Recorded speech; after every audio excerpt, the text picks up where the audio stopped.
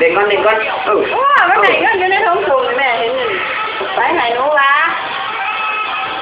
จับเอวเดาความใช่เอวเเอาเด็กมาพอแล้วลูก โอ้โหได้ทุกท่าสุดยอดได้พวกเอาเด้งจับเด้งจับเอวได้ถ่ายลงปุ๊บเดียวนั่นละ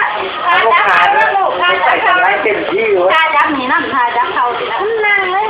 นั่งเหรอทาจับเขาเอาเร็วมันขับได้โอ้โหมาต้องหายจะหายติ๊บได้ติ๊บเดี๋ยวยังไงเสร็จแล้วก็หนุ่มพ่อเขาบอกตีอนาคตแม่ขาเนี่ยละตัวเอ้ยเขาขาหน่อยหรือเปล่ามีเยอะแรงมากเลยเข้าจับเอวจอมันเล็กไปเว้ยต้องขยายหลังเลยหันสูงเขาได้เขาก็ไปเรียนตัวขับมาได้วะสูงเขาไปทางไหนลูก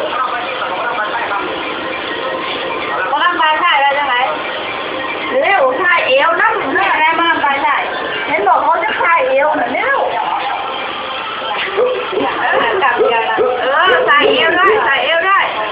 ตีหันหนามาทางนี่ลูกใช่กันนะครับบีบอกว่าหันหนามาทางนี่บีมอมันเกี่ยวกันนะเดี๋ยวดิทำมันเลยเด็กจบเห็นเลยคือเขาเห็นบอกของมาถ่ายเว้ยมันมวนเอาไหมมันมวน